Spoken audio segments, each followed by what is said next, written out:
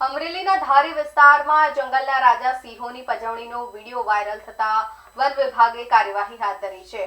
નાની ધારી ગામના શિવરાજ માજરિયા અને રણજીત માજરિયા નામના બે શખ્સોને વન વિભાગે ઝડપી પાડ્યા છે. માહિતી મુજબ બંને સિંહ પાછળ બાઇક દોડાવી પજવણી કરી હતી અને તેનો વિડીયો ઇન્સ્ટાગ્રામ પર વાયરલ થયો હતો.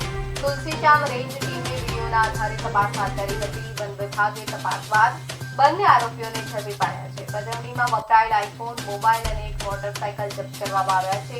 ખાંભા કોર્ટે બંને આરોપીઓને જેલ હવાલે કરી 2 દિવસનો રિમાન્ડ મંજૂર કર્યો છે. સિંહની પજવણી કરવી બંને શખ્સોને ભારે પડી અને આ બનાવને લઈ વન વિભાગની કાર્યવાહી ચર્ચામાં રહી છે.